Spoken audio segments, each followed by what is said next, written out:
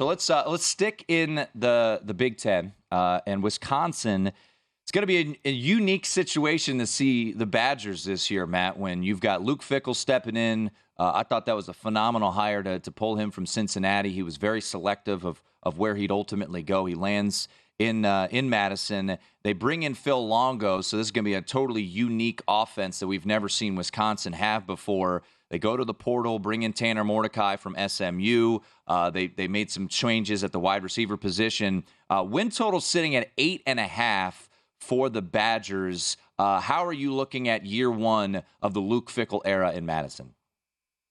Yeah, I think I'd prefer to come on here and give you a couple of unders on win totals. So I'm going to be a little square here and give you a couple of overs tonight. But I do like Wisconsin over 8.5. I think this win total is a tick too low.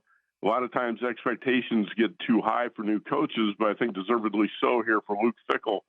And the betting market might be a little bit low on the Badgers at this point. I think he's got everything he needs to win big in his debut here in Madison. The offense essentially returns 11 starters. If you count Tanner Mordecai, the quarterback from SMU, and Jake Renfro, the center, who was a 2-year starter for Fickell at Cincinnati, you've got 11 veteran starters on the offensive side.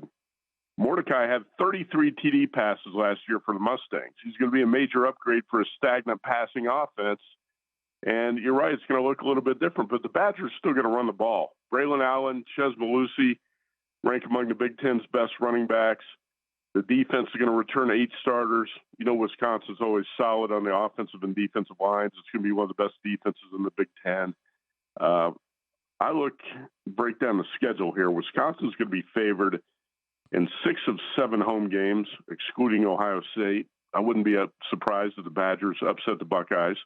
Probably going to be favored in at least 4 of 5 road games, maybe all 5. And Fickell catches a break here because Michigan and Penn State are not on the schedule. I project the Badgers to go 10-2. They could be a little better. The 9-3, I think, would be slightly disappointing, but still enough to top this win total. I like this a lot. Wisconsin over 8.5. You know, I'm with you here. When you look at the non-con too, Matt, it's not very difficult. And as you alluded to, they do get the benefit of the doubt not having to play Penn State or Michigan. My question for you would be this. Can you go from what Wisconsin has been, as far as I can remember, to what North Carolina was on offense in one offseason? Well, I don't think it's going to be that drastic because it's still Wisconsin, and Luke Fickell's a defensive-oriented coach. So you got 2 stud running backs and a big offensive line. They're still going to be physical and knock you around up front. Just going to throw the ball a little bit more. It's not going to be like a spread offense where they're going to throw it all over the field, Shaun. So I still think you'll have better balance, and you're going to have more of a threat to the passing game, but it's not going to be a pass-happy offense. So I don't think it's going to be a total transformation. But I do like this look at the new Wisconsin offense. And it works, too, because they missed Purdue with Aiden O'Connell.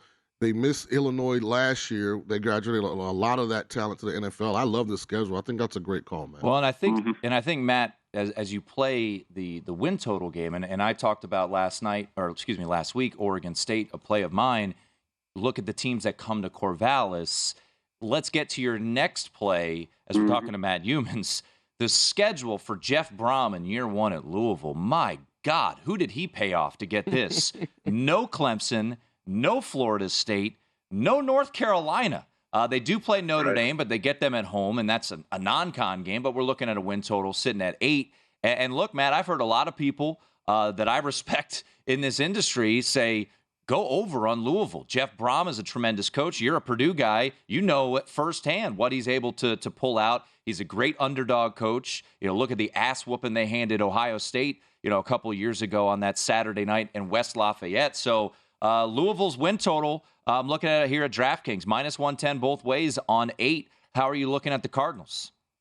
Yeah, I think there might have been 7.5 out there early, but I'd still play this over 8. And I think the wait for Jeff Brom's going to be worth it for Louisville in the big picture. And this first season too, he's an aggressive program builder, an offensive innovator. He took over a pathetic Purdue team in 2017. He went 7-6 with a bowl win in his first year. he's going to inherit a better Louisville team here, a team that won 8 games last season.